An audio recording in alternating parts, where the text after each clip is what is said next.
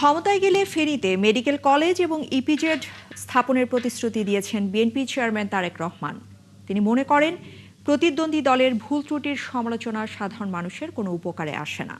সন্ধ্যায় ফেনী সরকারি পাইলট উচ্চ বিদ্যালয় মাঠে জনসভায় এ কথা জানান তিনি। জনসভায় তারেক রহমান বলেন, আগামী নির্বাচনের মাধ্যমে বিএনপি সরকার গঠন করলে তরুণদের প্রশিক্ষণের মাধ্যমে দক্ষ করে বিদেশে পাঠানো হবে। শুধু বড় বড় হাসপাতাল না করে ঘরে ঘরে পৌঁছে দেওয়া হবে স্বাস্থ্য সেবা।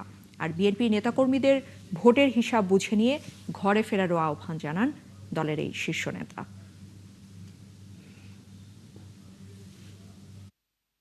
আরেকটি পরিকল্পনা আছে আমাদের। সেই পরিকল্পনাটি হচ্ছে, আমাদের সমাজে বহু তরুণ এবং যুবক আছে, যুব সমাজের এদের অনেকেরই চাকরি বাকরি কর্মসংস্থানের ব্যবস্থা নেই।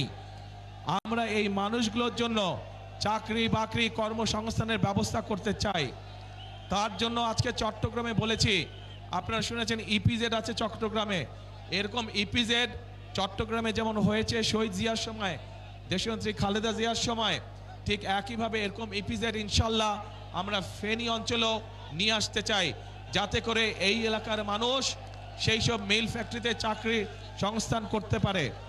শুধু এটাই নয়, আমরা চাই আমাদের এই এলাকার অনেক মানুষ, উপজেলা পর্যায়ে গ্রাম পর্যায়ের অনেক তরুণ যুবকরা বিদেশে যায় না আপনাদের এখান থেকে? কিন্তু এই মানুষগুলোকে যদি একটু ট্রেনিং দেওয়া যায় বিভিন্ন বিষয় এবং ভাষা শিক্ষা দেওয়া যায়, তাহলে আপনাদের এই যে বিদেশে যান তার জন্য আরো ভালো বেতনের ব্যবস্থা করা যায়, ভালো বেতনের চাকরি আপনারা সংস্থান করতে পারবেন। সেজন্য আমরা চাই আমাদের তরুণ যুবকদেরকে বিভিন্ন রকম ট্রেনিং দিয়ে এবং ভাষা শিক্ষা দিয়ে আমরা তাদেরকে বিদেশে পাঠাতে চাই।